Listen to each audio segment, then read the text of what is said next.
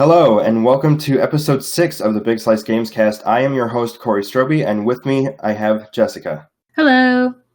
A lot to get through today. We're going to go through the Nintendo Indie World Showcase was last night, and I watched it this morning right before starting the recording. So we're just going to kind of go through a couple things really quick.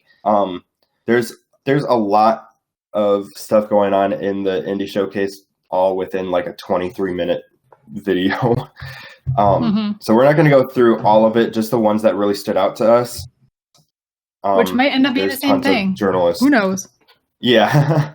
But there's a ton of journalist outlets that'll break down the games a lot more, because that's what they do for a job.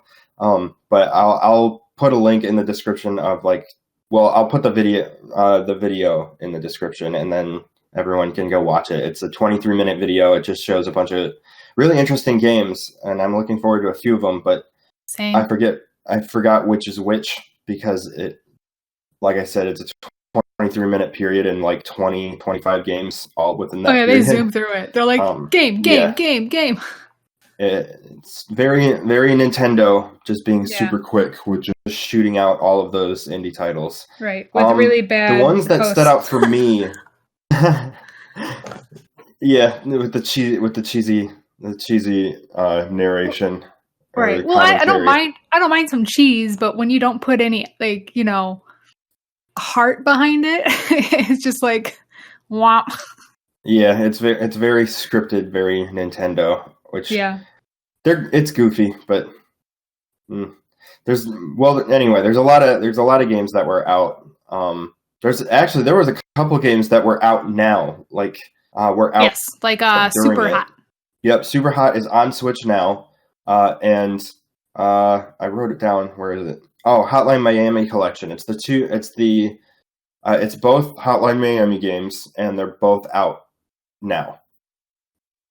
Those are Devolver Digital, which if you've played too many games to name.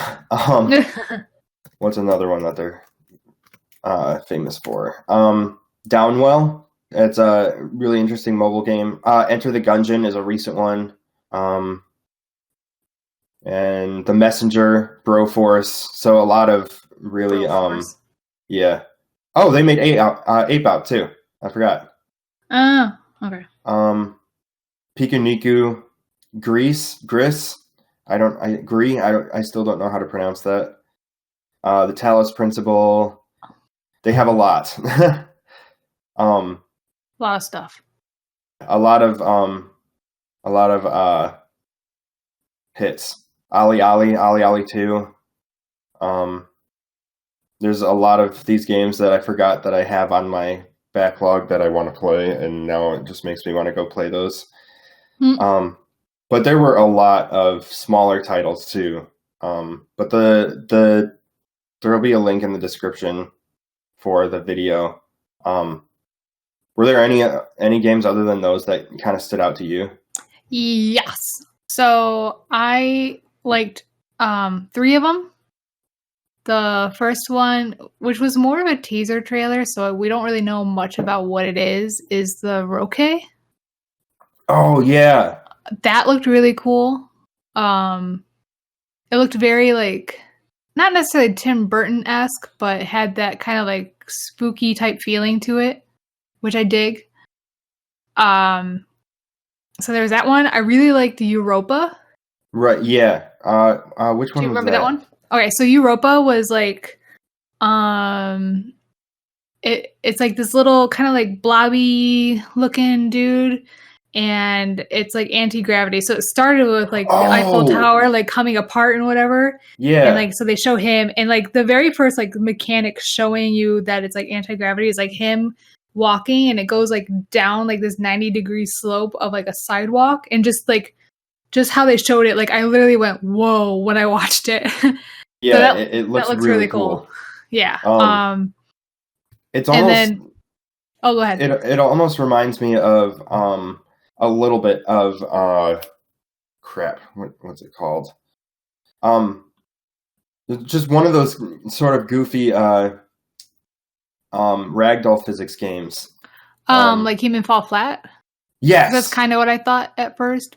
Yeah, like, I mean, aesthetically, it looks a little bit like that. It's not as goofy. Yeah. It looks like it's a more serious puzzle game kind of thing. Yeah. I think there's a little bit of goofiness to it because, I mean, there's like spray painting involved and stuff like that. But yeah, that looks good. Yeah, that one looks really cool. And then there's one game that I don't think I'll play, but I just kind of liked it because the duck that was running around, the Quacked Quest. Oh, yeah. The duck was just running around, like with this panic look on his face. I just thought it was funny looking. I was like, I'd play it Munchkin Quacked Quest. Yeah. Yeah, it's called Munchkin Quacked Quest, and that looked kind of funny too. There's a lot on this list that I kind of want to try playing, but I know I will never get to most of these. Right. Yeah, the Quacked Quest, I think, is probably one I'll save for when I'm inebriated. Because I think the duck running will be even funnier. And then, of course, their final little, end of the show of Ori and the Blind Forest. I really want to do that one. Ori and the Blind Forest, the definitive edition is coming to Switch, and that's out September 27th. Yes. That was a game that I was super excited for when it was announced for the first time back in, I don't even remember when that was, a couple years ago, a few years ago. But it was an Xbox exclusive. I mean, you can get it on PC too, but I never got around to playing it. I was kind of bummed out that it was going to be an Xbox only game, so it coming to Switch, I think is the perfect opportunity for me to actually pick it up. So yeah, for sure. I'm very much looking forward to Ori and the Blind Forest. My question, though, for Ori is are there games that you should play? I mean, I don't know if you know, but are there games that you should play prior to playing Ori and the Blind Forest? I don't think so. Okay, I didn't know if there was like anything, because like there's some games that have that same kind of aesthetic look to it. So I didn't know if they were related in any sort of way. No, I don't think so. It's similar to I think one of the there was one game that it was compared to for its aesthetics. Yeah, I saw it on Xbox Store yesterday when I was looking. Not Ori, but the one that we're probably both thinking of. No, I can't really. I know there was something that it was compared to. Yeah, I know. I'll see it later today and be like, oh. I want to say maybe Avatar. No, but I think it started with an E, like Evie or something like that. I don't know. Well, I mean, if someone's listening that knows what we're talking about, then comment. Because it's kind of driving me nuts that I can't think of it. But it had a similar aesthetic to something else. I don't think it was maybe Rayman. Oh, was it Child of Light? Is that what I'm thinking? I think it is. Maybe. Yeah, I didn't know Child of Light was some like Oh wait, there is another Ori. Yeah, it's a sequel to Blind Forest. Ori and the Will of the Wisps. Yeah, that's the sequel. Yeah, so Ori and the Blind Forest, you play first and then play Will of the Wisps. I think. I'm pretty sure that's how it is. This is a sequel to the 25 title Ori and the Blind Forest. Yeah. Yeah, it's Ori and the Blind Forest is definitely one I'm going to end up getting. That's going to be my priority at the end of September of what game I'm going to be focusing on. Yeah, probably same for me. There's a lot coming out in the fall. But I guess I'll just knock them out one at a time. Yeah. Yeah, that's really the ones that I cared about. I mean, there's a lot of really cool titles, but those are the ones that I'm probably going to prioritize. I might end up getting Hotline Miami because I don't know, because it's Devolver Digital, and I like that developer. I watched when that trailer came up, I was watching it, and then when it ended, I was like, I have no idea what just happened. So I. Which one? Hotline Miami? Yeah. Like I just didn't realize, or I didn't get what it was, I guess. It was. it wasn't the first top-down shooter, but it was an early top-down shooter, like just kind of a top-down action game. But it's kind of an older game. I don't remember when it originally came out. Hotline Miami. So the original Hotline Miami came out in 2012. I guess it wasn't that old. I thought it was older than that. 2012 feels really old. I mean, that is when the world ended, right? I thought it was like yeah. I did not hear a word you just said. Yeah, I guess it came out in October. My bad. Okay, so it's not an early top-down action game.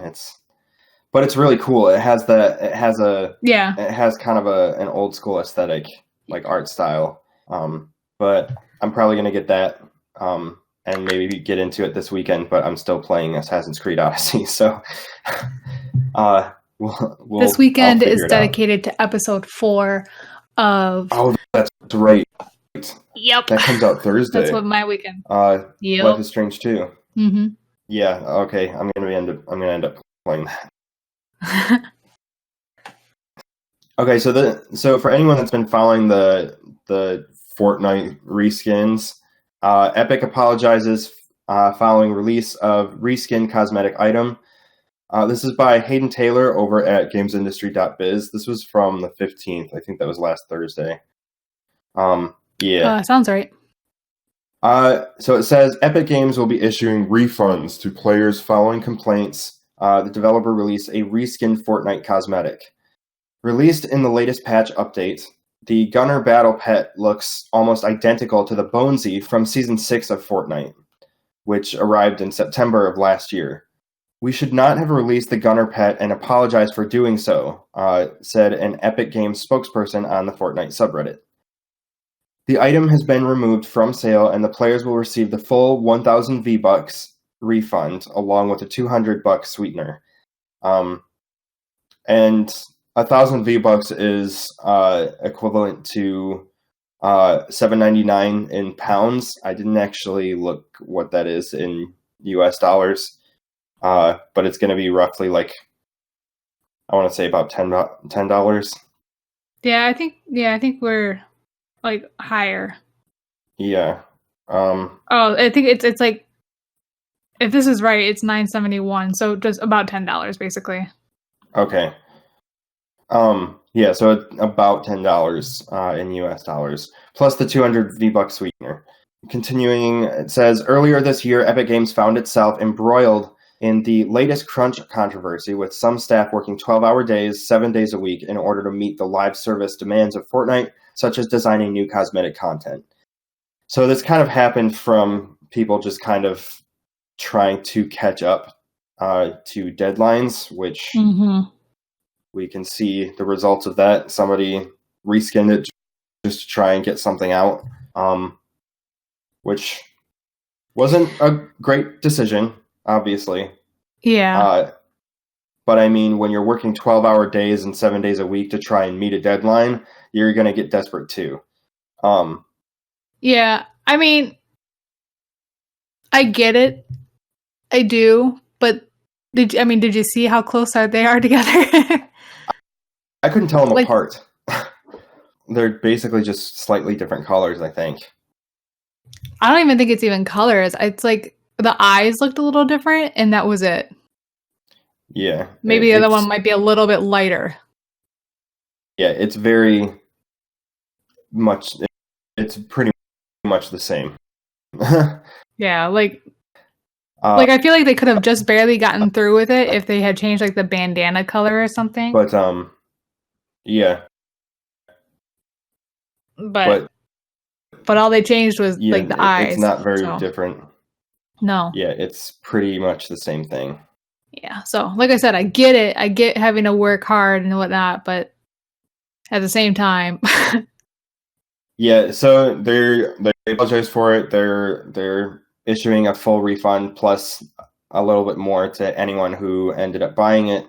Yeah, that's pretty much it. Okay, so moving on to the next topic. This is a little bit of a follow-up from something from last week. DayZ will be modified worldwide to lift Australian ban. This is from James Batchelor over at gamesindustry.biz. This was earlier last week, but it says developers of DayZ are making changes to appease the Australian Classification Board, and they'll be implemented to the global version of the game. Last week, it emerged that DayZ was refused classification for physical release in Australia due to the region's strict ratings guidelines. The digital version was later banned as well. Now, Kotaku Australia reports Bohemia Interactive is modifying the game to meet the board's requirements, but rather than creating a separate Australia-only version, it applied the alterations worldwide. The Bohemia spokesperson told Kotaku, quote, "We don't want to separate Australian players from the rest of the world, since many people play cross-region. We love that DayZ is the place to meet with friends and experience the game without dramatic regional lag. We don't want to change that. At the moment, we are editing the global version of DayZ so it will fit into the board's requirements. The key objective is to keep the gameplay as authentic as it was, so players are not affected by this change." The studio didn't specify what it would be changing, although Kotaku Australia notes that one of the reasons it was banned was the inclusion of cannabis as a healing item, in violation of Australia's rules about promoting drug use. So, the gist is just that they're just kind of like, all right, well, I guess that's against Australia's rules, and we don't want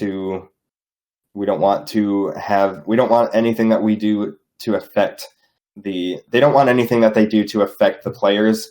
So they're just going to cut whatever is going to be against the rules from being in the game. Right. Which is probably the easiest decision. Or the and easiest the smartest too, I think. I mean, plus the fact that they're changing it worldwide, it's not just for Australia. Yeah. Because I play with people across the world all the time. So, like, if I were... Which, by the way, I think it was last week I said I played DayZ. That's false. I play World War Z. So, my bad. Okay. So, yeah. My bad. But still, I mean, like, I play games with people across the world all the time. And if I were to play a game that was even the tiniest bit different from theirs, that could get in the way of something, So, I think it's smart that they're changing it worldwide, not just for Australia. Yeah. Yeah, that's definitely the easiest thing to do, and probably the smartest, because now they don't have to worry about any cross-platform stuff kind of breaking just from certain people in Australia not being able to play with anyone in the US because of the differing laws. But right. I still think it's dumb because the Australian ban was on something that was just in an experimental build of the game, wasn't even public. But I guess it's whatever. If they shut it down, they shut it down, and the developer just decided, all right, well, we'll just cut this from the game entirely. That way we don't run into any more issues with it. Which I think is probably the better decision in the long run anyway. Yeah, for sure. Show. Moving on, just kind of blowing through these because we do want to get to the main topic. Which, if you read the title of if you saw the title of this episode, you already know what the main topic is going to be. But moving on to this next one, Xbox considers multi-platform options for some first-party studios. This is by Hayden Taylor over at GamesIndustry.biz again. So it says, taking another step towards the platform-agnostic future, Xbox first-party studio boss Matt Booty said the company's games won't all necessarily be Xbox exclusives. Speaking on the Game Informer show last week, Booty said if a recently acquired developer like Double Fine wanted to stay multi-platform, Xbox would likely allow it. I think that the question is less binary about should it be on Switch, should it be on PlayStation, and more. Doesn't make sense for the franchise. In other words, is it a kind of game where it would benefit from the network effect of being on a bunch of different platforms, or is it a game where we can best support it by putting resources and making sure that our platforms, things like xClouds and Game Pass and Xbox Live, are really leaning in to support the game? That was a quote from Matt Booty. With Minecraft, he said, it was a, quote, no-brainer to keep players already on other platforms happy and to even add further platforms. However, big franchises like Forza, Halo, and Sea of Thieves will remain Xbox exclusive because they were, quote, designed from the outset to really exist on Xbox. Booty added that Obsidian's The Outer Worlds may become an Xbox exclusive franchise in the future. That last one kind of bummed me out, but I still haven't played The Outer Worlds yet. But I think this is really interesting because Xbox has always been like, they've been the company and the platform that's been a lot more open to cross-platform play, where Sony has been less lenient about it, or they're a little bit more hesitant about it. Yeah. And it took a few kind of major blows to their kind of to the public eye to even get them to try cross-platform. So like Fortnite being announced, being, you know, cross-platform friendly, Xbox and Nintendo were both like, yeah, we're totally open to it. We're just waiting on Sony. That kind of put Sony in hot water because it was like, all right, what is Sony doing? Like, everyone else is open to cross-platform play. You should be too. This is just making you look bad. I mean, they're a lot more open to it now, but I think Xbox and Nintendo have both been pretty open about it, at least since about the time the Switch launched. They were both playing really well together, and Sony was still kind of in their own little corner. Right. I think Xbox has always been kind of the forefront of cross-platform friendliness. I'm having trouble talking today. But yeah. Ow. I just freaking put my elbow on the desk. That hurt. Okay, sorry. That's okay. Yeah, but I mean, what do you think about this? You think it's pretty... I think it's awesome that they're doing this. I always dig cross-platform. If it makes sense player-wise, like if it's multiplayer, you know, like Minecraft, like they said, it was a no-brainer for them to do that. Yeah. So like Forza, Halo, and Sea of Thieves, I could see, like, I feel like Sea of Thieves should be cross-platform, but because that seems like a Nintendo type game too. But I don't know. There's also games that they've done or not necessarily cross-platform, but they've also put on the Switch as well. Like Doom and Skyrim, I think, was one of them. And like, you know, like the bigger games like that, I'm like, oh, okay, that's cool, I guess. So I mean, I guess it just kind of depends on the game. Yeah, it's going to depend on, like you said, the game.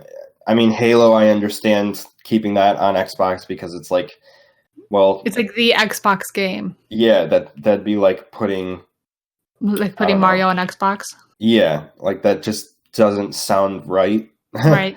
Like that wouldn't really work, just because it's like you associate the look of Master Chief and Halo with Xbox, and it's like Xbox can't share that because that's like their mascot. You can't give away the mascot. Right, exactly. Like you said, it'd be like putting Mario on Xbox. It makes no sense. Yeah.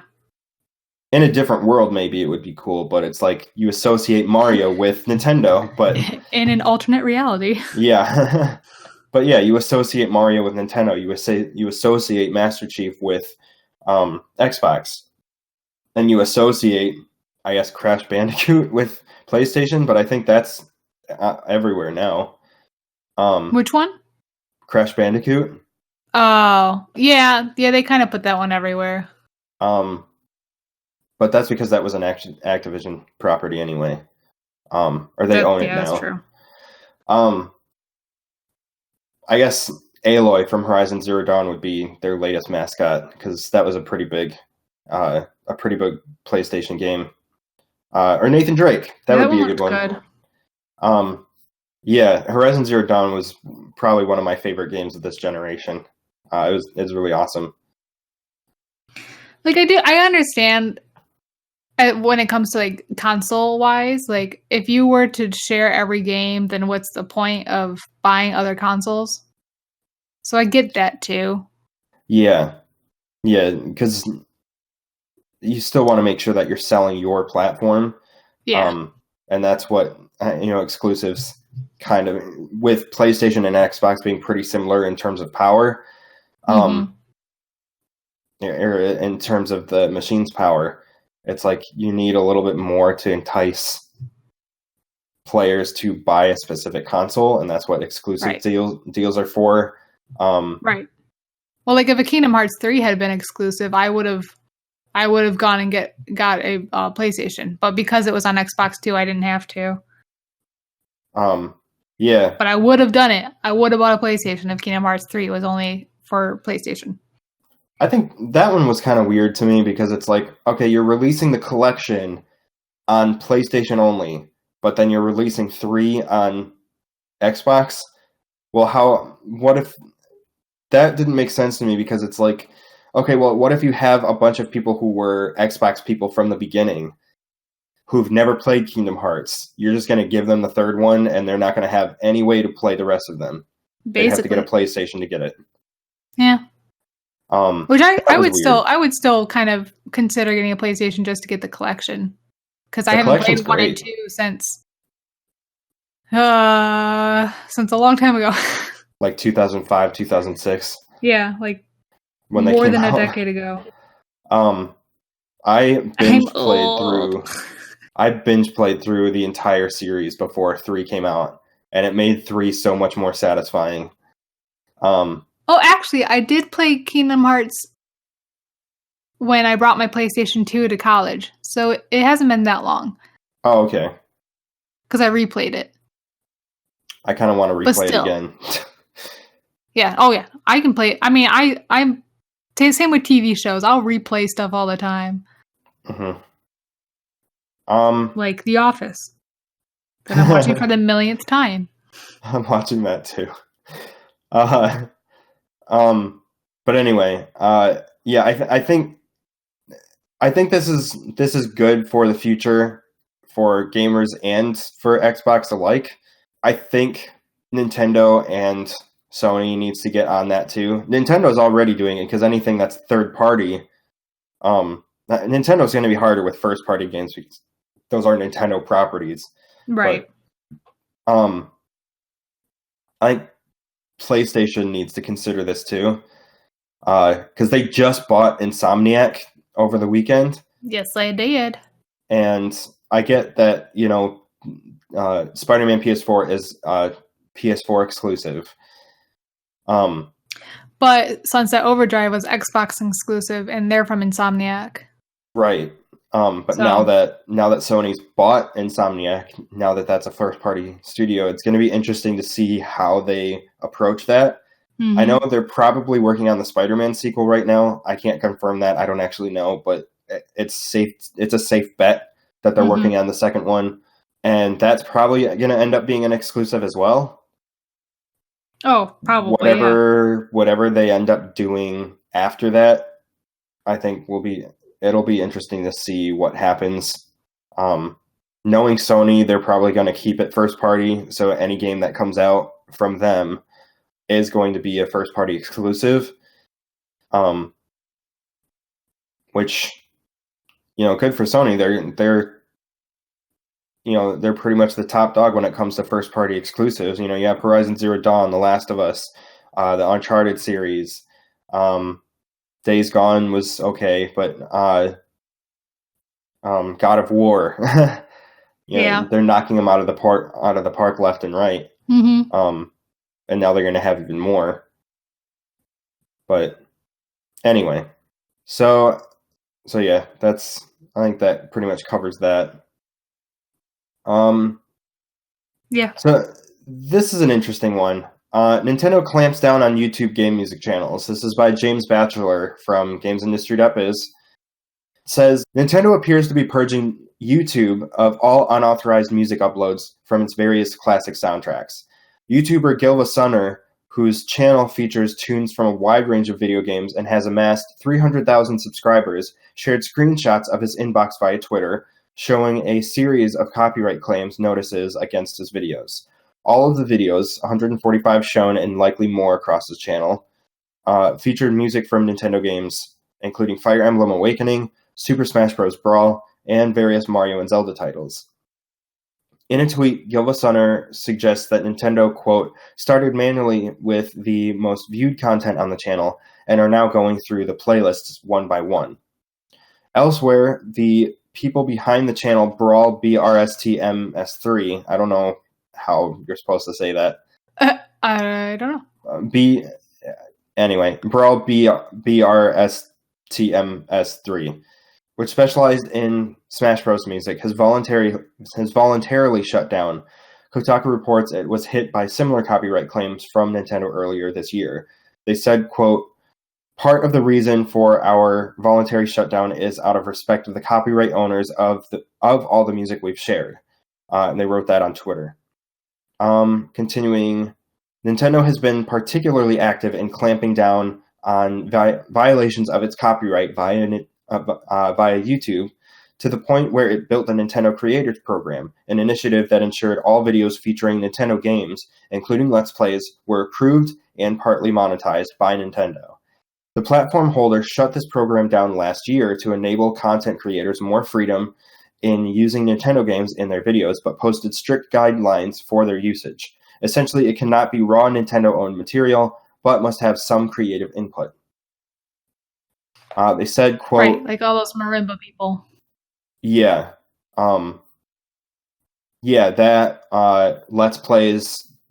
I don't think Let's Plays would have gotten hit that hard because most Let's Plays have commentary anyway, which would be under the creative input umbrella. So you'd be pretty much safe if you were doing regular Let's Plays. It just can't be raw gameplay. Which makes sense. Most companies are like that, where if it's just raw gameplay, they're gonna do something about that. Right. But continuing, the guidelines said, quote, mere copies of Nintendo promotional trailers, tournaments, music soundtracks, gameplay sequences, and art collections are outside the scope of the guidelines. So it sounds like if they're just I didn't actually read through the guidelines, but it sounds like those are outside the scope of the guidelines. Someone else can look more into that. But yeah, that's a direct quote from the guidelines, and I'll have the actual guidelines in the description and the show notes, so anyone listening to this can go look at them.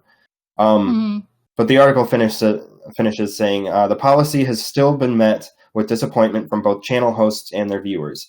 Nintendo's soundtracks are currently unavailable via music platforms such as iTunes or Spotify, so accounts on YouTube such as these were the only way fans could listen to them outside of playing the games. Yeah. So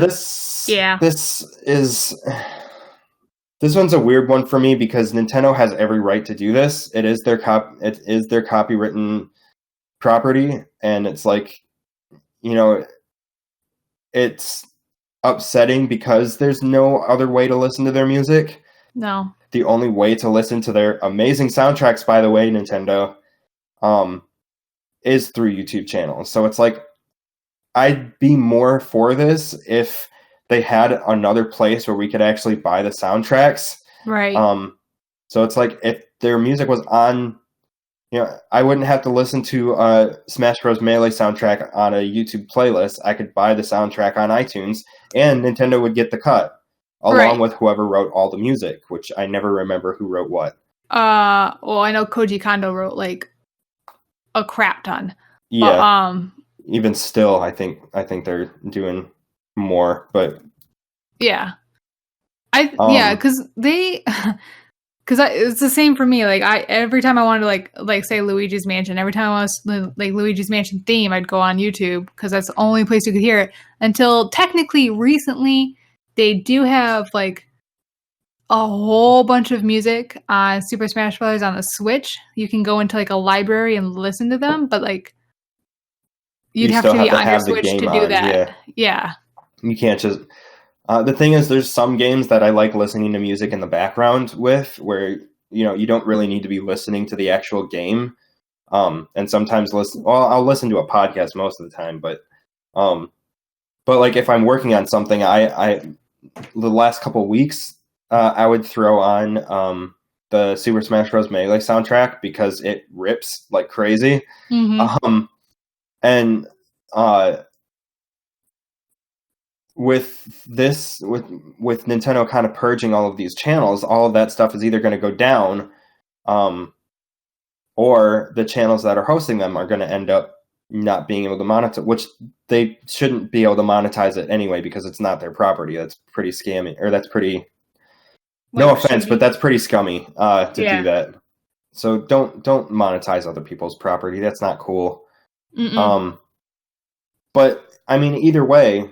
Even if they aren't monetizing it, that they're going to get copyright claimed, and some people are going to some people have already started taking down their channels, or Nintendo was having the channels removed, or the content removed. But it's like Nintendo, if you don't want people listening to your music from unauthorized sites or unauthorized YouTube channels, then put it somewhere else where we can buy it. I feel like it's not that hard to do that. You already have all of the copyrights for it. Just put it on iTunes. It doesn't seem like it would be that hard. Give me my music. I mean, putting this podcast on iTunes isn't even hard. You just link the RSS feed. Putting music on it is probably a little bit different, but it shouldn't take that long, especially if you're you're a big company who could easily pay to have it uploaded to iTunes and then be making money off of it, because there are a ton of people who would gladly buy the music to own it on their devices. Like, just put it out. I don't get why you don't do that. But yeah, Nintendo, if you're listening. Yeah, if anyone from Nintendo, if anyone from Nintendo happens to see this or hear this, like, talk to somebody who's in charge of that. Get the music out. Put it out on CDs. Put it out on iTunes. Put it out on Spotify. Have it on a place where we can legally listen to it. Or buy it. I don't care. I'd pay for some of the soundtracks easily. So please, put it somewhere where we can actually get it. Instead of just purging YouTube channels, which are the only place that we actually can. So if you're going to do that, put it somewhere where we can buy it. I want to go on my Switch, get on Super Smash Bros., go to the library, and scroll through and find the one I want. Yeah, going through all of those unnecessary steps to listen to the music. Right. But yeah, do that, please. Please. Okay. Next topic. Unity brings Create with Code Unity Teach programs out of beta. I wanted to put this one in here because Unity is the game engine that I use all the time. Unity is the one that we also used at Full Sail all the time, and I think this one's interesting because, well, I'll read it and then talk about it. But it says, first off, this is by Rebecca Valentine over at gamesindustry.biz. It says, Unity Technologies has announced it is bringing its educational programs Create with Code and Unity Teach initiatives out of beta and into classrooms. Unity Teach is a dedicated platform for teachers and educators that allow them to connect with one another, share resources, and improve curriculums as a community. Create with Code, meanwhile, is a Unity course for high school students that works with them through Unity programming, including lessons, quizzes, and projects. Both initiatives have previously been available in beta, but will now enter full release under Unity's education umbrella. The programs will both be available to any educator for free. Unity additionally has a program for qualifying educators at not-for-profit institutions that are able to obtain free Unity Education Edition licenses through an application process on Unity's website. However, both Create with Code and Unity Teach will exist outside of that program, and educators will not need to apply for a grant to receive them for free. Unity VP and Global Head of Education Jessica Lindell said, quote, "When it comes to introducing students to current science, technology, engineering, art, and mathematics or STEAM skills, today's teachers face an unprecedented challenge. Technology is in a constant state of evolution, and even today's best engineers struggle to ensure their professional knowledge remains current. Create with Code and Unity Teach directly solve this problem by providing our educator community with the resources and curriculum needed to confidently teach students development and design using Unity." So this is really cool because I didn't even know these existed. Which I think this is really cool because it's going to get more high school students into this. Which I think is really important because, I mean, stuff like this didn't even exist when I was in high school. Heck most no. most of the programming stuff would be stuff that you had to pay for, or you learn on the job, or you have to go to school for a computer science degree, or if you grew up messing with computers, then you might have a chance. They didn't really have a lot of programs like this, even when I was in high school. No, I mean, teaching programming logic. My cousin, who's in, I don't remember what grade she was in at the time, but she was in elementary school, and they were doing they were like puzzles, but so she had to find a bug in this painting on the computer, and a lamp was upside down. And I guess it was more or less just trying to teach you the logic of programming rather than programming itself. okay. And you had to figure out what was wrong with the picture and then fix it using very, very simplified code. So flip lamp would be the thing if the lamp was upside down in the picture or something. I could be totally wrong. That's just how it was explained to me, what her homework was, but I mean, it sounds cool. Yeah, but it teaches kids the logic behind programming, and now there's something in high school that you can actually take programming classes now, which I think is really, really important, especially with the current job market. There's more and more computer and tech jobs, and it's if you don't know how to use a computer, good luck surviving in most places now. I mean, right. Yeah, there's still your typical warehouse jobs and driver's jobs and stuff like that where you don't really need technology skills so much as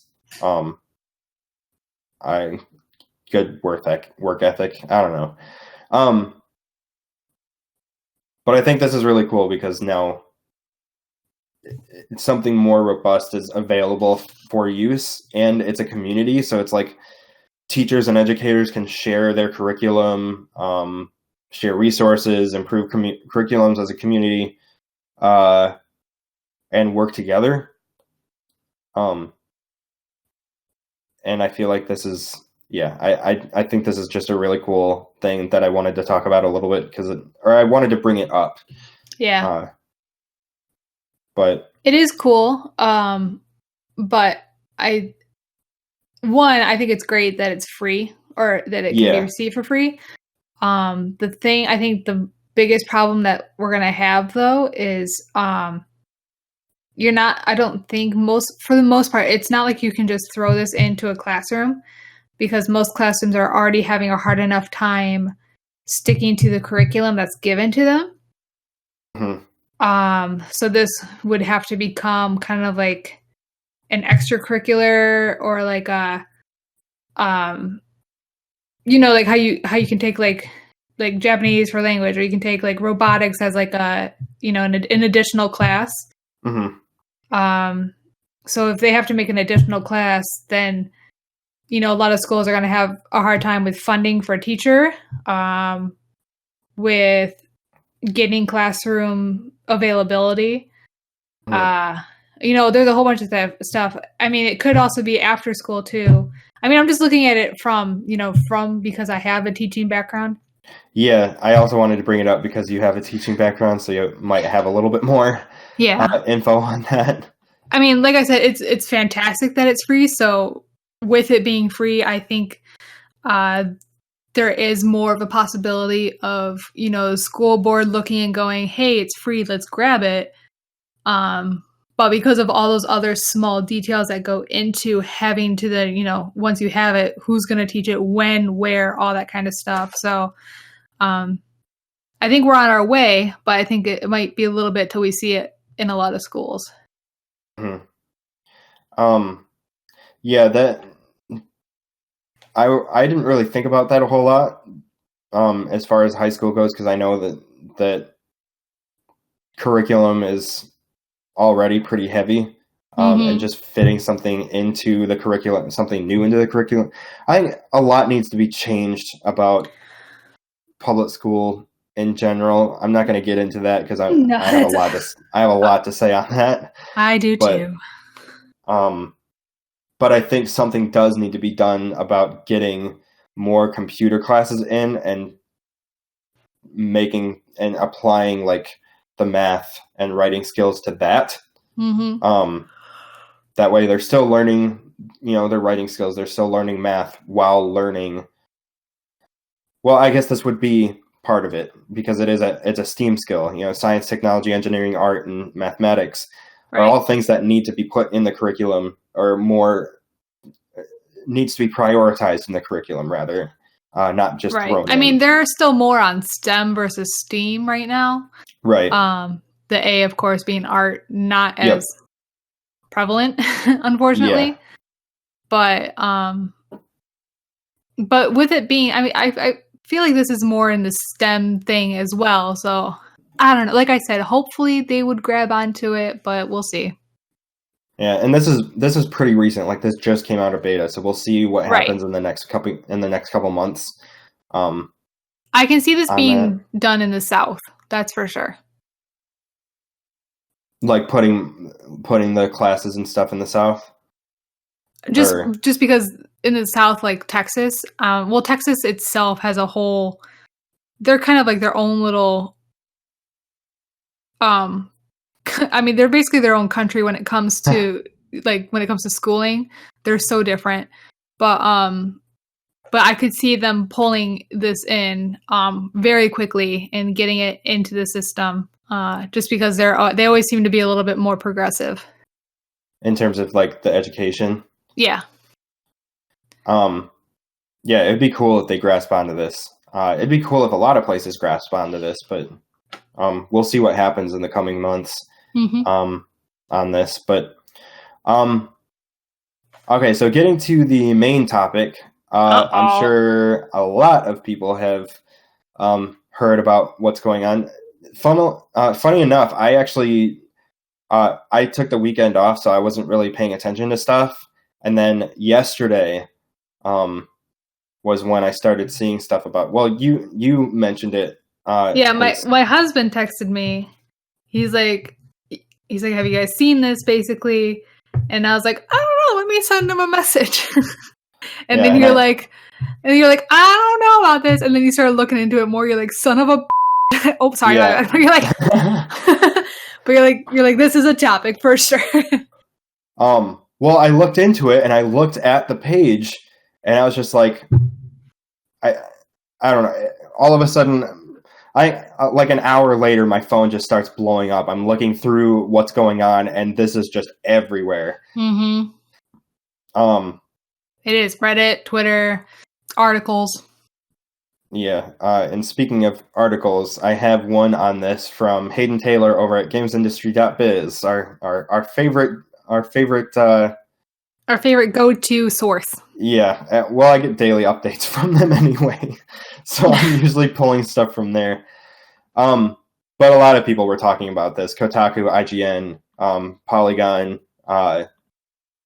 But anyway, so this is the one from GamesIndustry.biz. This is by Hayden Taylor. It says, the Apex Legends subreddit descended into chaos over the weekend as Respawn developers feuded openly with fans. The ruckus came after Respawn issued a response to fan upset over how it was monetizing the Iron Crown Collection event. Respawn was criticized for locking much of the event content behind expensive loot boxes and reneging on previous in-game monetization promises.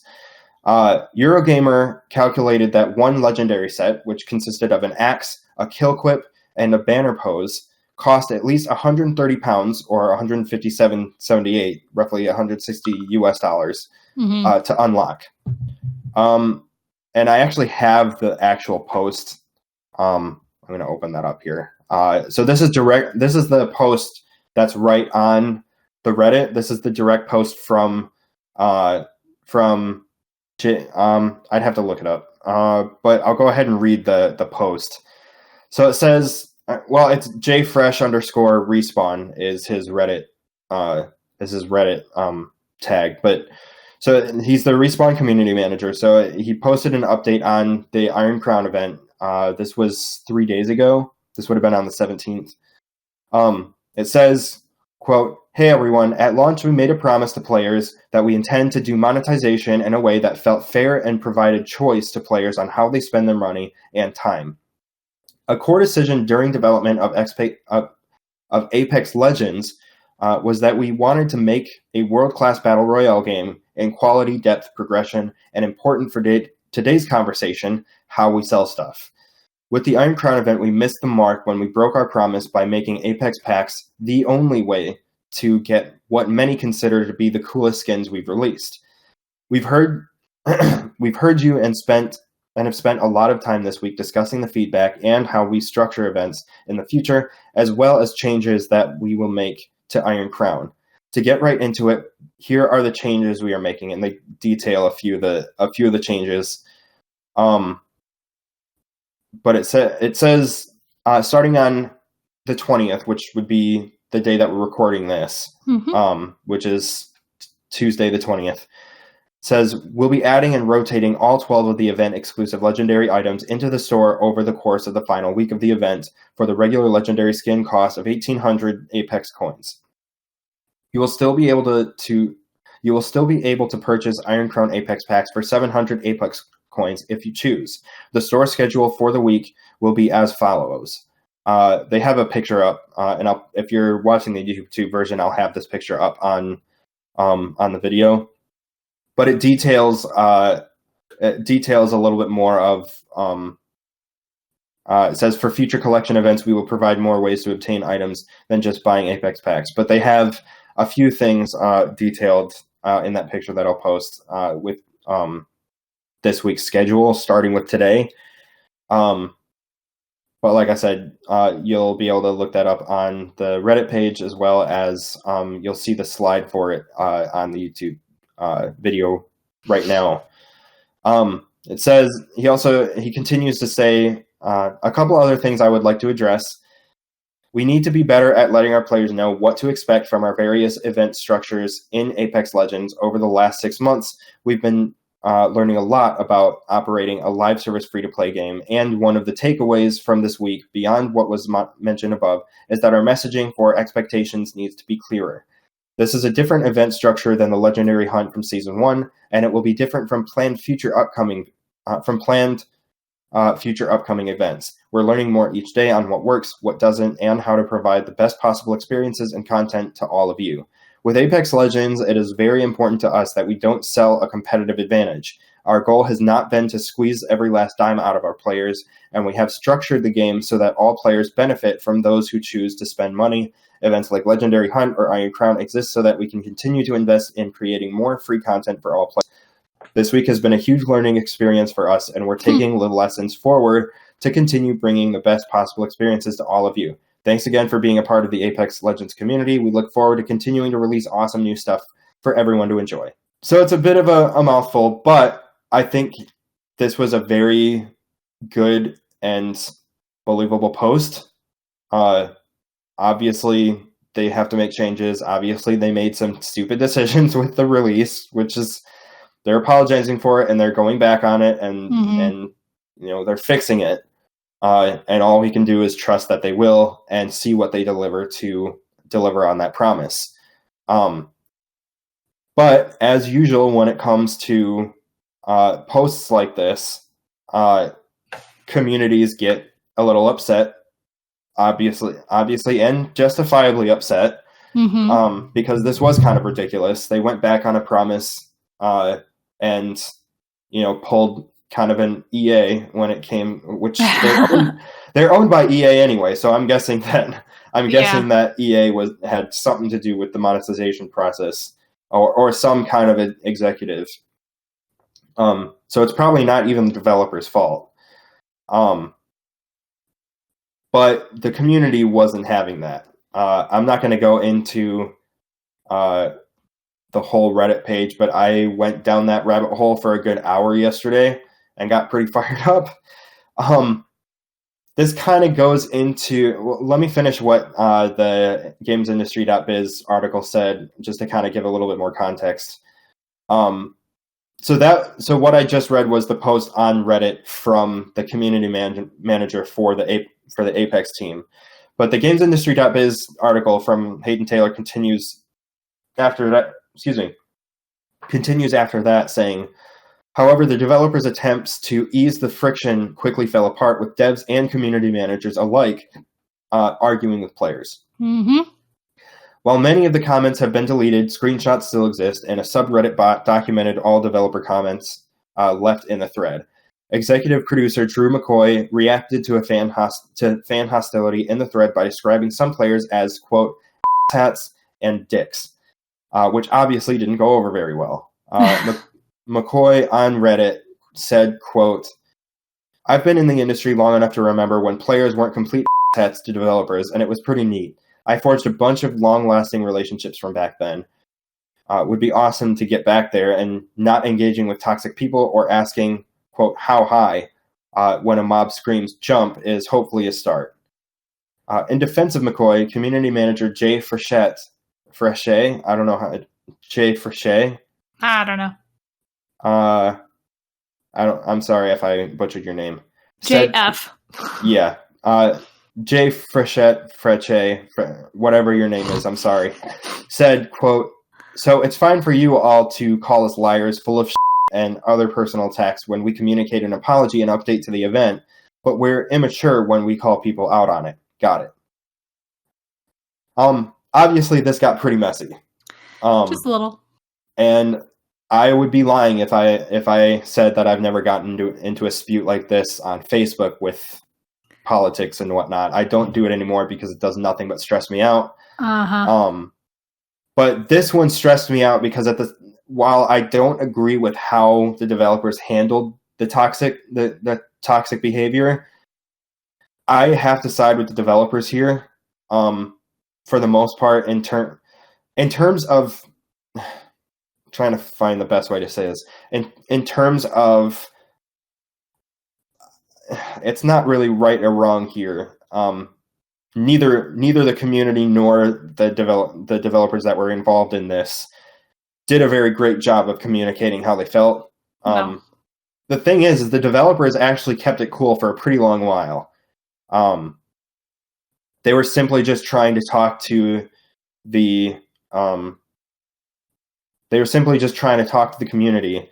I'm guessing that they were removed because I'm sure a higher up told them you have to get off Reddit now and stop after this blew up. Right. But it stopped after a certain point. But I actually upvoted one of the... Oops, I upvoted not a great one. Never mind. Just kidding. Well, he said they hate when I write things like that, but I don't actually have any context of... I don't have context of what it was writing when I voted up on that. Anyway, I dug down. I went deeper down this rabbit hole, and if you want to, you can too. The Reddit post is in the description, so you can go to it. But I had to bite my tongue or I had to kind of hold back from getting involved because it was like, I don't know, that part of me just wanted to jump in and defend the developers because I get where they're coming from. It is more or less just more of the whole toxic reactions to a developer just doing just trying to make amends with a mistake that they made. Mm-hmm. And gamers just don't have it. I don't want to single out, gamers as a whole, but any gamers who decide, some gamers, ones who fail to understand how development works, just decide that these developers are just nothing but money grabbing, greedy execs or whatever, or just money hungry and just trying to profit off of the community. And it's like, well, they're a business. You have to remember that. Right. Just because they're making games doesn't mean that they're just going to start getting, like, just because this is a free-to-play game doesn't mean that they're just going to give everything away for free. That makes no sense from a business standpoint. Do I think they asked for a little bit too much? Yeah. Roughly $160 for some of the best items. It's like, guys, come on. That's a little much. If you're going to have the loot crates in there, it doesn't need to be... They're working on it, obviously. Yeah. I mean, like they said, it was a mistake. Yeah. And the reason why I wanted to get into this was because when I started digging down the rabbit hole of this Reddit thread, I got pretty upset with some of the things that, like, just how rude a lot of people in this community were to the developers. And it's just, it irritates me because there is a lot of people who are just calling out the developers that clearly don't know how development works. Like, you can tell just by how they're talking that they clearly don't have some of the most basic knowledge when it comes to running a studio. Not that I'm an expert on it, but obviously I'm going to know a little bit more just for how closely I follow the industry and the development cycles of stuff. All right. They have every right to be upset because this was kind of a crappy thing for the Apex Legends team to do, for Respawn to do, in terms of, going back on their word that they weren't going to monetize things unfairly, having the Apex packs being the only way to get what, like he said, what many consider to be the coolest skins we've released. Like, having the Apex packs being the only way to get them is kind of crappy, because then that does kind of push people to spend more and more on those loot crates or the Apex packs in order to get the cool items, which is the very thing that ended up getting us in the whole FTC mess from a couple of weeks ago. The whole loot crate mess there. Right. And the fact that this just happened over this couple of weeks is...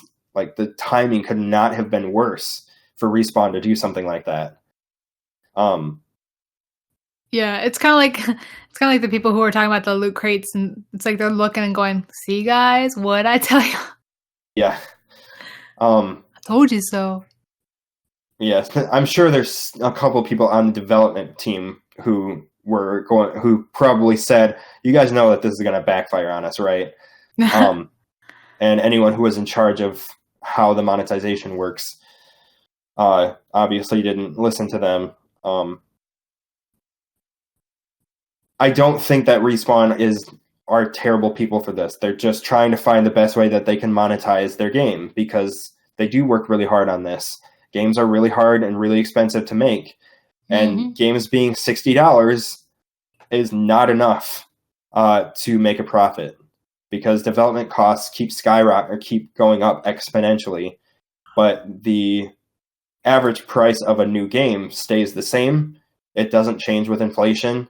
It just stays at $60. So even as development costs get higher and higher, it's going to get harder and harder to make a profit off of a certain number of sales.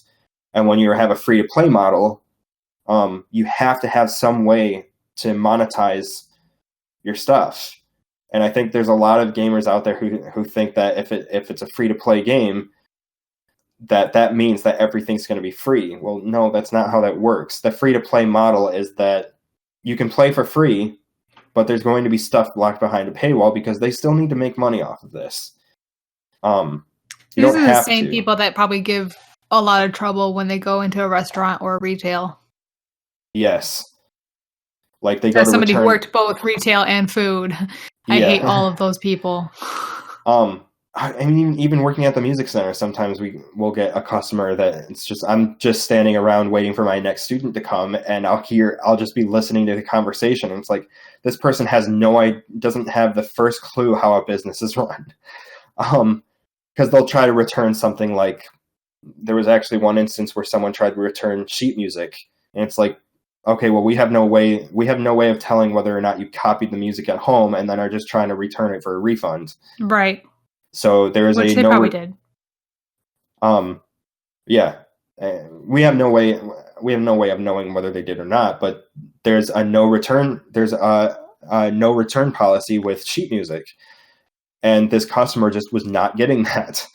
And she was giving a new girl kind of a hard time about it and ended up making her cry, and I felt really bad. It's like, this is similar, because it's like, you guys are people like this are making somebody who's just doing their job and just trying to do the best that they can at it, you're making them feel really bad. Mm-hmm. And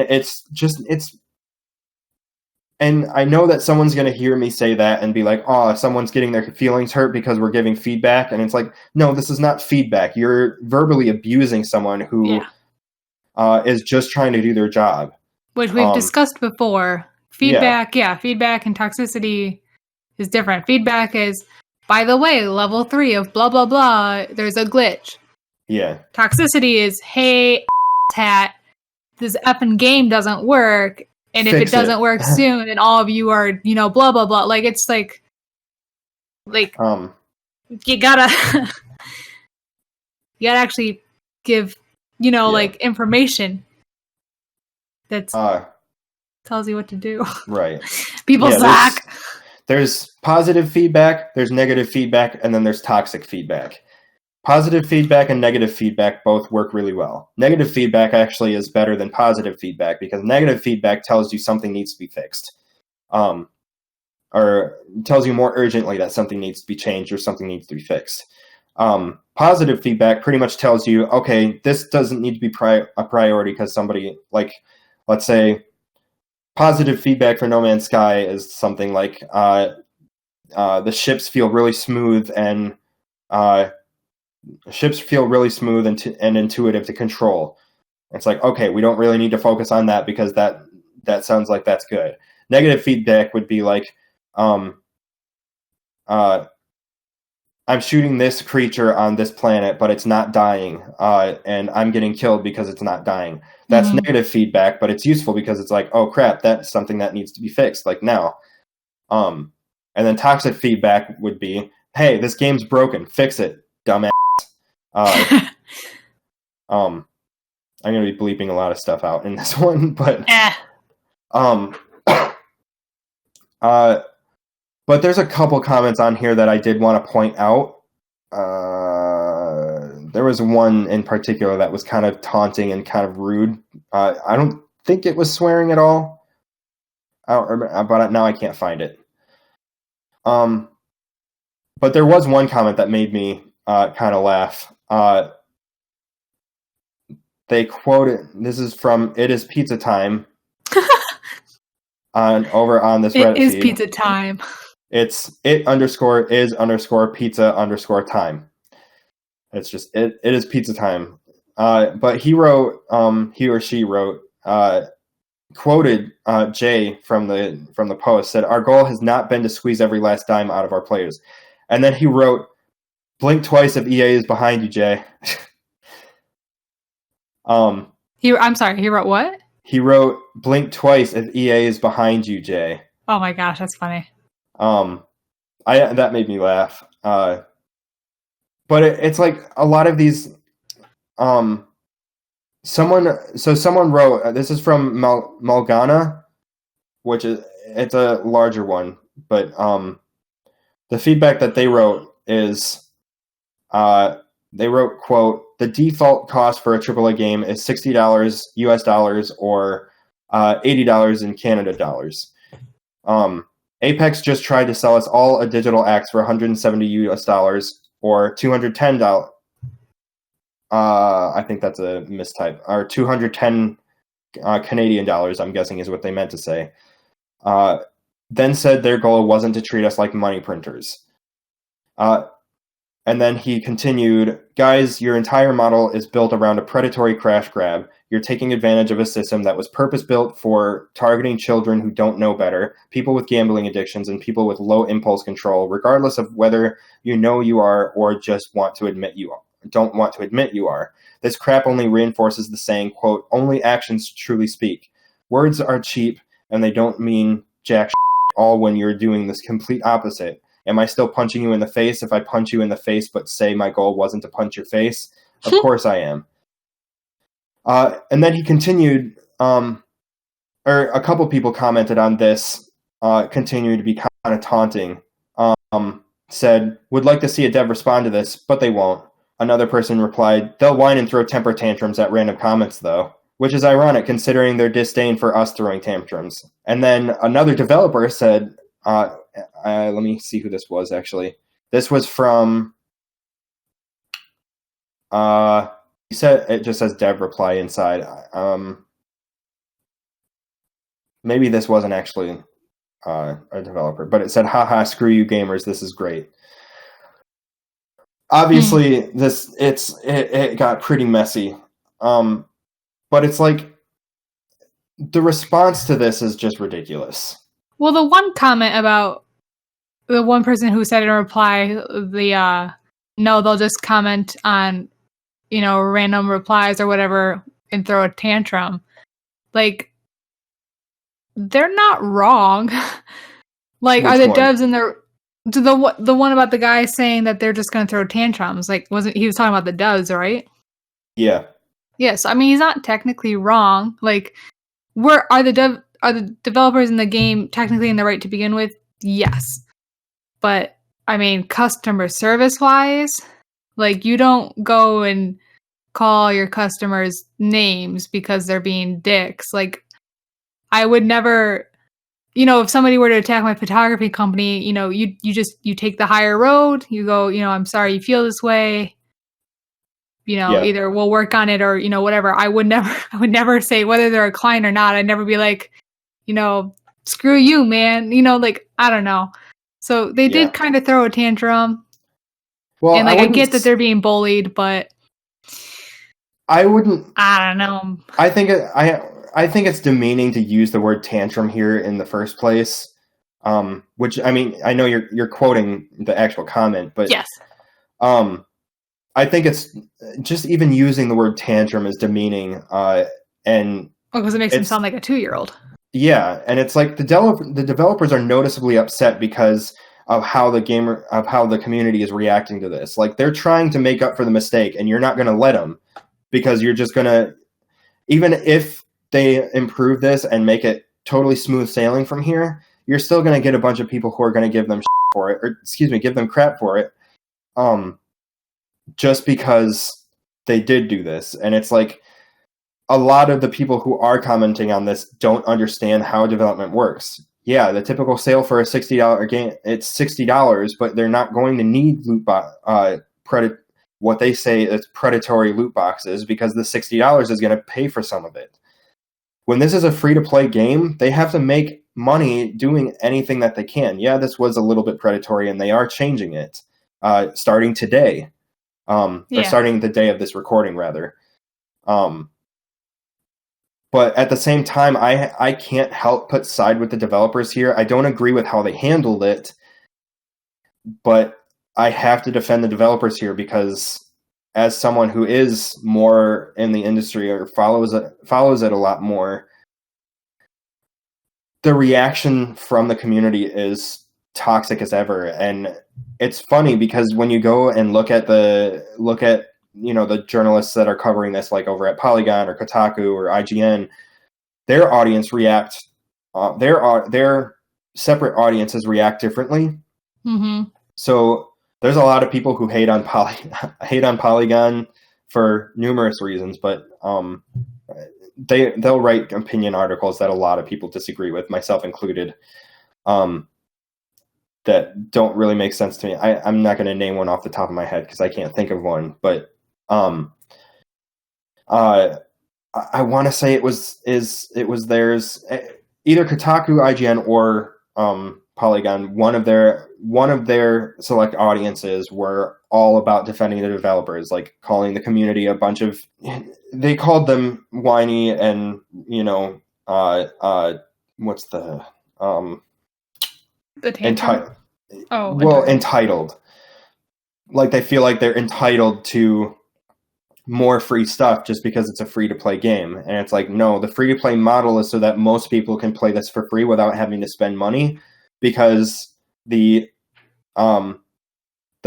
relatively small minority of people who actually spend money on free-to-play games, which it's a very low percentage, but that low percentage pretty much funds the entire game. It can be kind of scummy, because the people that are going to buy that stuff are people who have no impulse control, or they can afford to do stuff like that. Like anyone who has a full-time job who just plays this game or a Rocket League or whatever, have the money to spend on that. Because if that's all they're spending their game money on, then it's like, all right, whatever. If you want to spend $200 on one game rather than buying 4 or 5 other games, that's up to you, man. The free-to-play model does make most of their money from like the 3 to 5% of people who actually spend that much money on a game like that. And when you look at the statistics, there is a very small amount of people within the free-to-play audience that actually spend money. And that's where, a game like this makes most of their profit. And the developers even said, DKO5, this was the design lead, I think. Most of these are deleted now, I think. He was a team lead somewhere on the Apex team, but it's gone now. It just says Respawn Dev. Yeah, I don't know. Yeah, I don't actually know, but he started saying, quote, "There is no single main source of revenue. Events like Legendary Hunt and Iron Crown do well for mid-season bumps, and the season launches are pretty good lifts as well. It's a big Jenga puzzle that can fall over with one wrong piece missing. You're making a false equivalency that we just need to cover costs with needing to make money to continue operating the game. At some point, the opportunity cost for our team not working on another title is too great to ignore. Both before we were acquired by EA and after, there is always a balancing act of how much time and money do we spend on A versus B. And at some point in Apex's lifecycle, it will not win out versus other opportunities. That point won't come just because we can't keep the lights on. It'll be because the team's time could be better spent elsewhere." And I think that was in response to there was a quote from Pathfinder. Oh, excuse me. There was a quote from Europa We Go. Yes, Pathfinder badge or something. I don't know how Reddit works. But he said, quote, "I appreciate the response to all of the widespread complaints and concerns with the recent events pricing. It was very much needed. Now, with that being said, I do have a couple of questions as per the direction on expectations for the now. My first question is, are you wanting battle passes to be your main source of income or pricey events/loot boxes? Also, the statement within this post and the responses by the developers in the comments seems to be clearly an attempt to paint a picture that more money is needed to keep the lights on, which shouldn't be the case, because unless the EA financial reports are fabricated, then the overall revenue coming in from this game is greatly outpacing any type of potential expenses for the game, and that includes future development. So why make it seem as if every penny is needed to keep development going when it isn't?" And this particular subthread or whatever in this seems to be a lot more productive. Yeah. Where they're just having a in-depth conversation, some disagreeing, some agreeing, on the design and monetization of different other games. I think DKO backed out of this conversation after a minute, just because obviously there was a lot of noise going on in the whole thread. Right. I think at the end of the day, I still have to side with the developers just because, I mean, I get the same way, to be completely honest. That's why I'm not on Facebook that often. That's why I think it's best that I'm not on Reddit. Because I tend to get attracted to more negative feedback just because, I don't know, I get caught up in the drama of the argument. Mm-hmm. But it does nothing more than just stress you out. And I stopped doing that, and honestly, I'm a lot less stressed out because of backing out from stuff like that. Right. If I do need to say something, I say something productive and educated, and if someone responds more toxically, then I'm just like, all right, I'm not going to waste my time on this, so see you later, have a good day. Right. Well, that's the way it should be for everyone, honestly. I didn't say anything, Alexa. Just randomly starts listening. But, I mean, yeah, that's the way it should always be. Like, I mean, like I got some mean comments lately on my Instagram, my fitness one. Oh, yeah, I remember seeing that. Yeah, so, like, I had to, like, deal with that. And basically, I just kind of responded, like, you know, like, sorry you feel this way, but, you know, I don't think that way. And then I just stopped responding to them. Apparently, they started getting, like, messages from people that I shared it with. So, whoops. But me personally, I always like to try and take the high road because if you take the low road, it'll always come back and bite you in the butt. Yeah. And I'm sure that the developers who got involved in this feud probably got a good stern talking to from higher ups. And by stern talking to, I mean, like, you need to get off that. You need to stop this now, or you're fired. Right, exactly. Obviously, this is not good for Respawn and, you know, the Apex game. This is gonna be kind of a hit toward them. Oh yeah, which sucks because Respawn is an amazing team. You know, they're working on that. They have, I think it's Respawn that's working on it. But they are owned by Electronic Arts, so yeah. Monetization is more of a publisher deal. I don't know if Respawn was in charge of something like this. Oh, you know what? Quick update.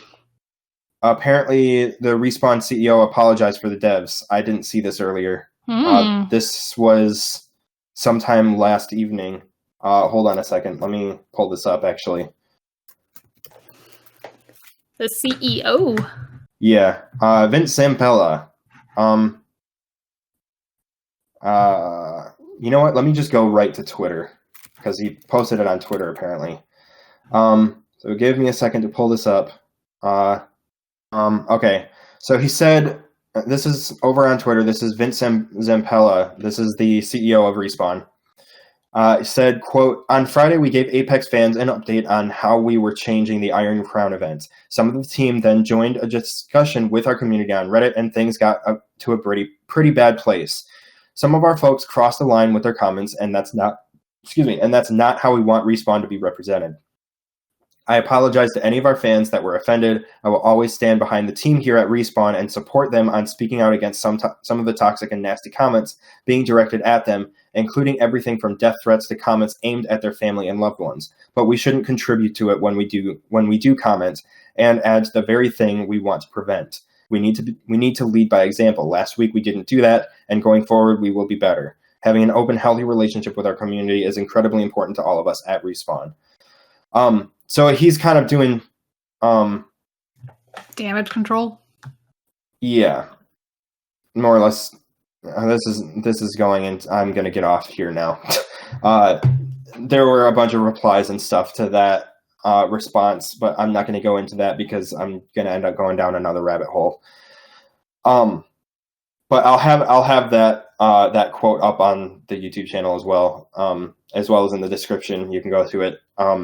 But it sounds like he's more or less defending the team, but not how they handled the situation. I'm sure that they were talked to in some kind of briefing or a meeting or some team meeting or something to not go down this rabbit hole again in the future. Just let PR handle it.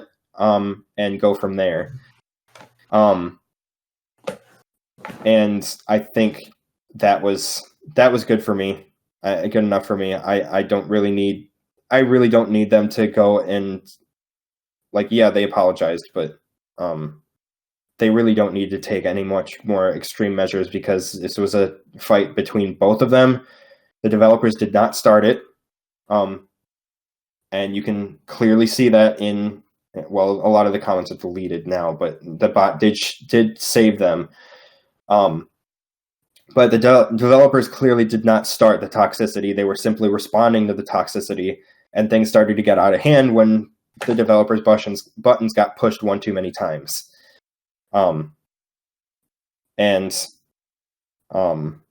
Yeah, I get that the community's upset, but this is just ridiculous, in my opinion. No, I mean, I agree. I mean, I was just I'm on the dev side too. I'm just saying, you should always handle it better. That's all. Bungie's really good at all their customer service. Yeah, usually. I didn't actually look into that at all. I more or less went deeper and deeper down this rabbit hole. I feel like that's all you can do on Reddit with all the subthreads and countless comments. Yeah. Did you look into the Bungie thing? Because I know your husband Troy went into it a little bit more, or he mentioned it. Well, he follows Bungie like crazy. I mean, there's not really much to see. It's just if you go on Bungie's Twitter and you can even find the devs and stuff on there. But I mean, just if you go through their tweets and their replies, you just constantly. I mean, I have yet to see toxic as bad as it was on Reddit. But you can still see whether it's positive or negative feedback. Their responses are always either thanks for the feedback, stay tuned, or, they'll just be silly and, comment something fun when it's positive. So, I mean, I think they just have a really good presence. But I mean, Twitter versus Reddit is completely different cultures as well, I feel. Yeah. I mean, I do pretty much everything. I'm on Twitter more than any other social media, I think. Just because it's an easier way for developers to meet, and I think it's easier to make connections and stuff over Twitter than it is on Reddit or Facebook, or even LinkedIn is a little bit harder to make connections just because it is more professional. But I think there's way too many people who get too comfortable with how they act on social media, and this is a perfect example. But there was a huge there's just a lot of toxicity in this whole post from both sides. Absolutely. Yeah. Sorry, I just keep looking through the thread. If you want to look at the thread, Godspeed. Hopefully you survive it. I will post the feed. Yeah, I'll post the feed because it's where the update is too. You can read the update from Jay, and then I want to see if I can find the actual responses to.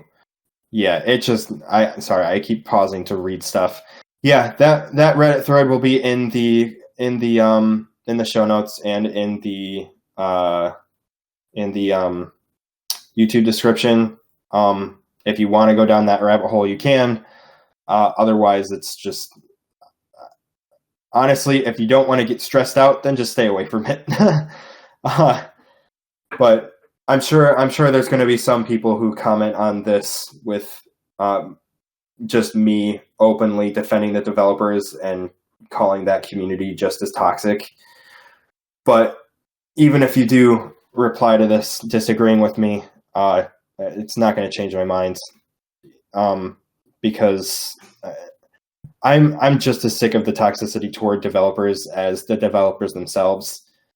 Especially with me going into the industry, I can't help but side with the developers in something like this just by default, even if I don't agree with how it arose. So the relatively predatory loot box system that they implemented that they promised that they wouldn't is that was a big mistake. Obviously, don't do that. But they're fixing it, you know? Yeah. Like I said, it's the same people who yell at you in retail and food, so. Yeah. Or the people who get out of their car during road rage. Man, I feel like so many of our past podcasts are coming back. Yeah. Just callbacks. Yeah, I don't really have much else to say on this. I was going to read a couple more comments off of the Reddit, but the more I looked at it, the more irritated I got, and I don't have the patience to deal with that right now. It's just a lot. There's a lot going on. But no, I think just to sum it up, I feel like in general, I feel like they would have already gotten enough crap because of the loot crate, but because of the way some people responded, that's what really blew it over. So, I mean, they'll learn from mistakes, and they'll probably, have less, they probably won't want to respond as quickly now, but, right. Or maybe just hopefully leave it to PR. Yeah, leave it to the community team. Well, the community manager ended up being one of them, but I'm sure his higher ups gave him a good talking to and briefed them on what not to do.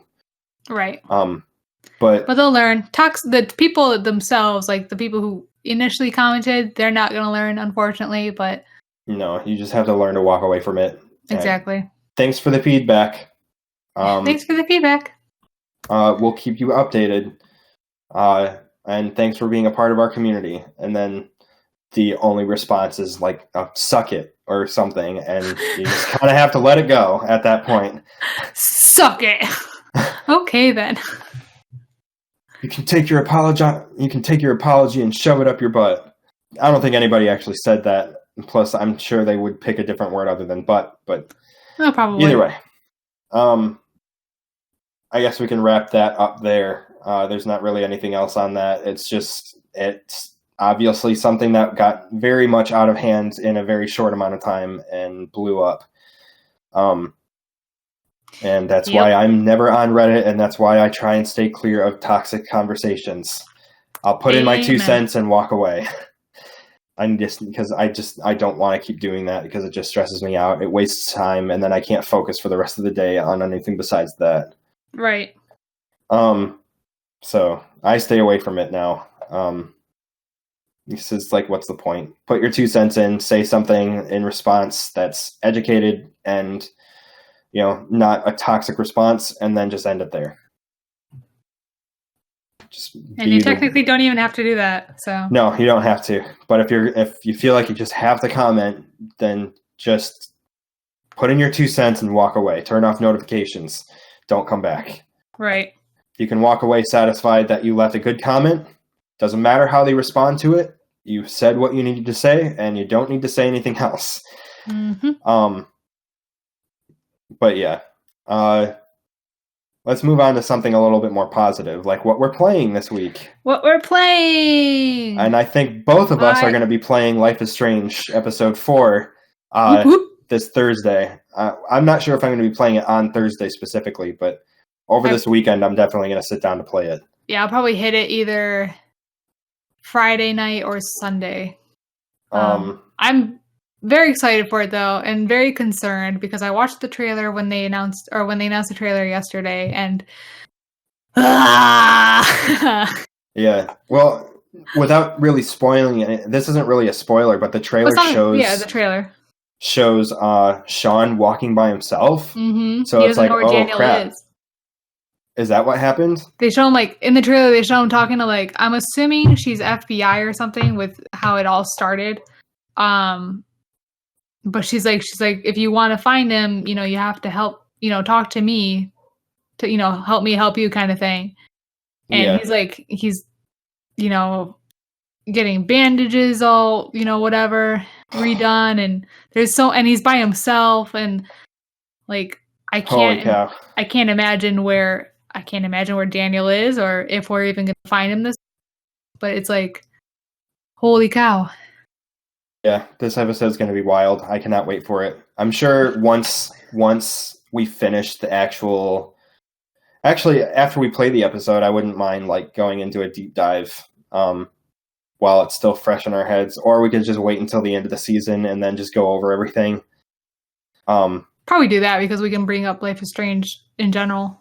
Yeah, that's going to be a much longer topic, I'm sure. Though, yeah. we could make that just like a bonus episode that's aside from the Gamescast or something. Yeah, because I'll have to go through my game slots and be like, okay, what decisions did I make? Yeah, so would I. I'd have to go through my notes and stuff. Yeah, but I will say though that I'm a little peeved at Daniel because I was nothing but nice to him episodes 1 through 3. Mm-hmm. Like every time like they show you like your decisions made versus like what the world made kind of thing at the end, like I was always like in the parts where Daniel like it was always for the better. And right. So I'm a little pissed. I'm a little pissed that Daniel's not there anymore. Because it's like, what the heck, man? I was there for you. I think no matter what your decisions are, it was going to lead to something along those lines. Right. Because I think I tried a couple different endings. Well, I did one thing. I did one thing and realized that I hit the wrong option. And I was like, crap, that's not what I wanted to do. So I stopped. So I went back and redid it because it wasn't my intended decision. Normally I would just choose one and then whatever I chose would be it. But in this case, I hit the wrong button. So I was like, crap, that's not what I wanted. I did that once in the first Life is Strange. Yeah, I decided to just, all right, well, I might as well just watch what this is going to do anyway while I'm here. Yeah. Then I was like, okay, that's cool. I'll remember how that played out, but I still wanted to go with the other decision anyway. But then I kept the second decision without going back.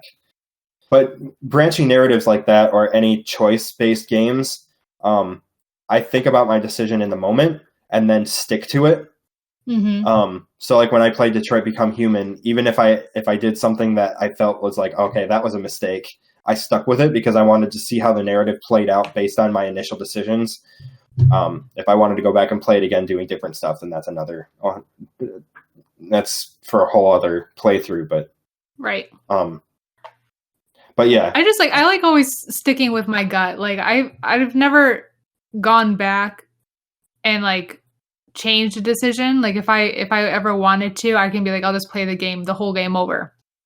But like I was like sticking to my gut because they always say like, you know, trust your gut and stuff.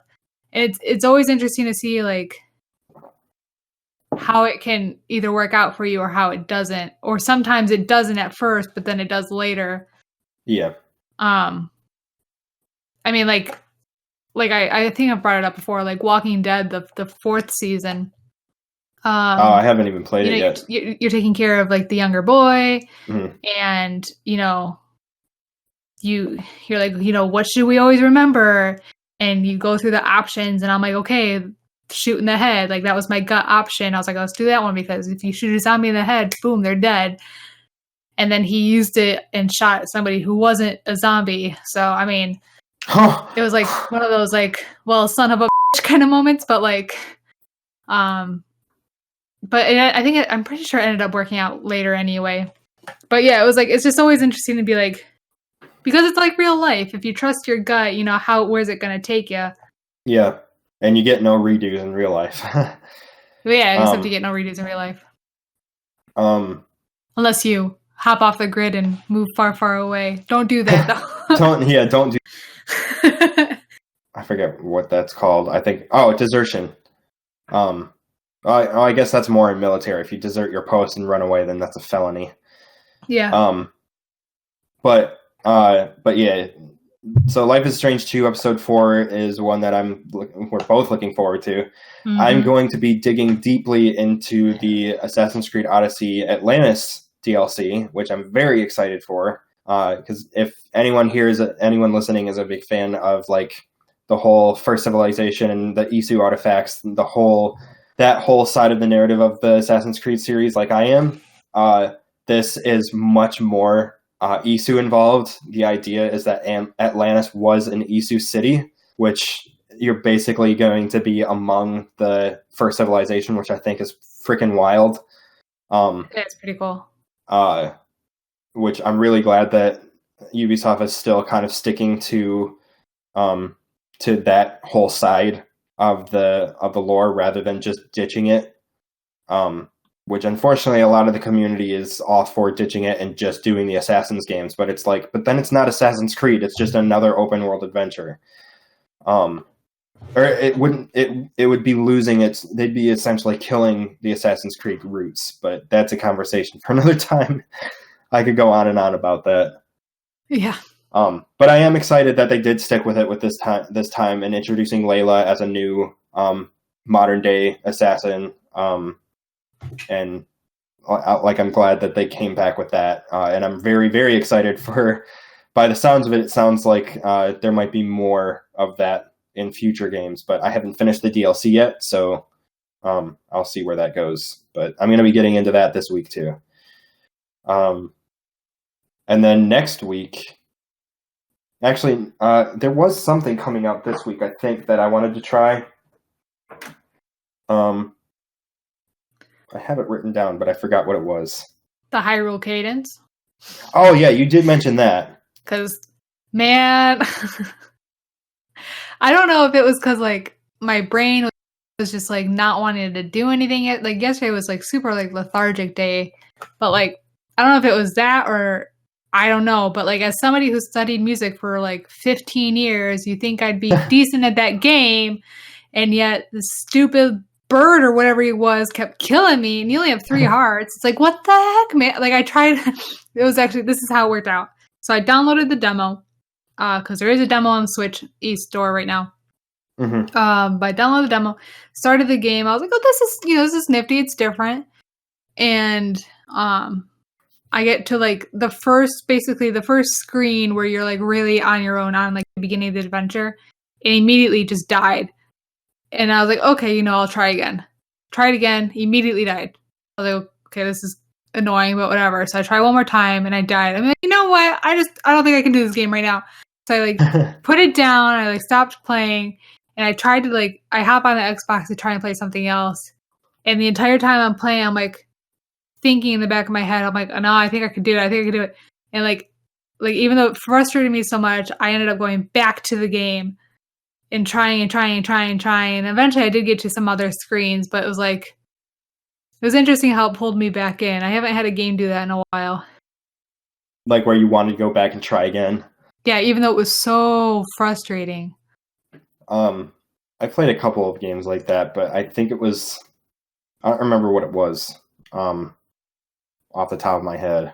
But the games that I was looking forward to, I thought it was coming out Friday, but I was wrong. It's next. Life is Strange 2 Episode 4 is coming out this Thursday, so that's going to be one of the games I play this weekend. Uh-huh. And then next week, Ancestors: The Humankind Odyssey comes out on PC, which I'm probably going to end up waiting for it to come out on PlayStation because I'm not sure my computer can handle it.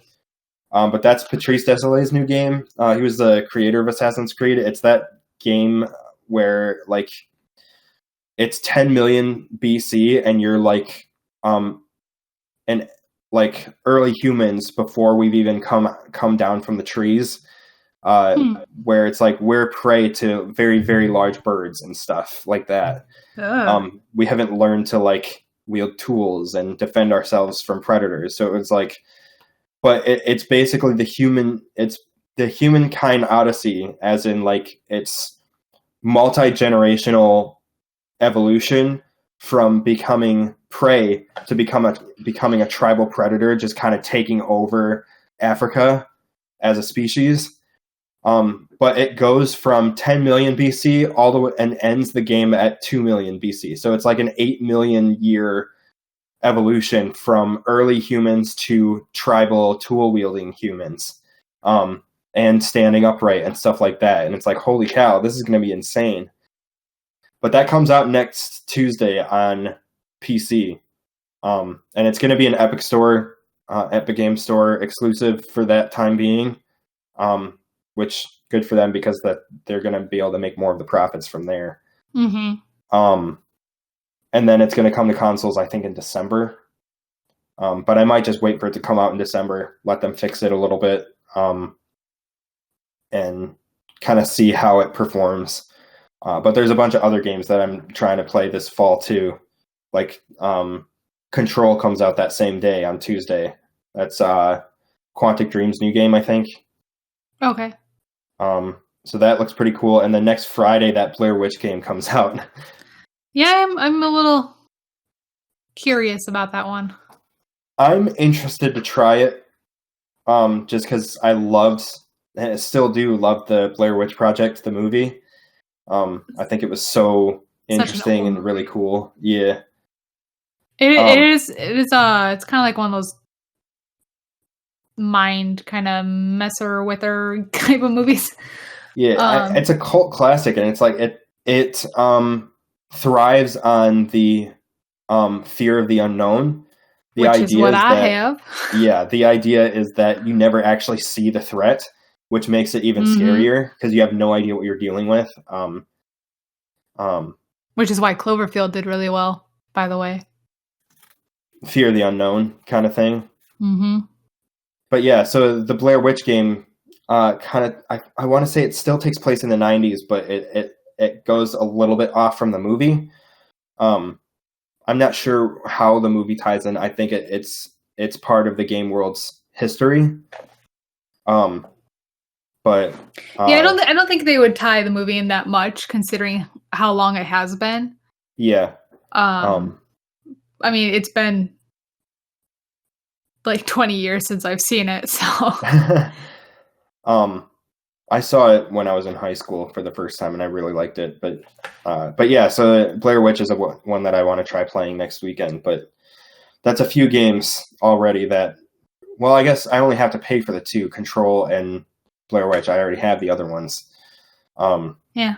So yeah, the main things that I'm playing this weekend is going to be Assassin's Creed, the Fate of Atlantis DLC, and Life is Strange Episode 4.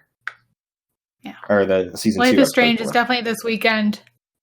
And then, yeah, Blair Witch is next week, and that might be my new go-to, because right now, like, I sat on the store for both Nintendo and Xbox last night for quite a while, trying to find something new. Because I feel like I'm in that funk right now of, like, don't really want to play what I have. Just want to try and find something. Yeah, which is why I downloaded the demo. Hotline Miami is on Switch now, and whatever that other one was. Super Hot. Yes, I still haven't played Super Hot. I have it on Xbox, but I haven't played it. I may or may not get it on Switch. I'm definitely going to get Ori and the Blind Forest on Switch. Yes. When that comes out. I've wanted to play that for a while.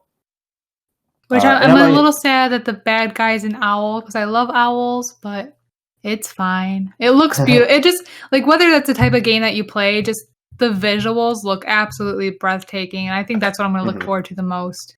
Yeah, the art direction for that game was beautiful. Yeah. It won a couple game awards the year it came out too. I don't remember which awards it won. It won. One second. Probably won. I think it did win. Damn it!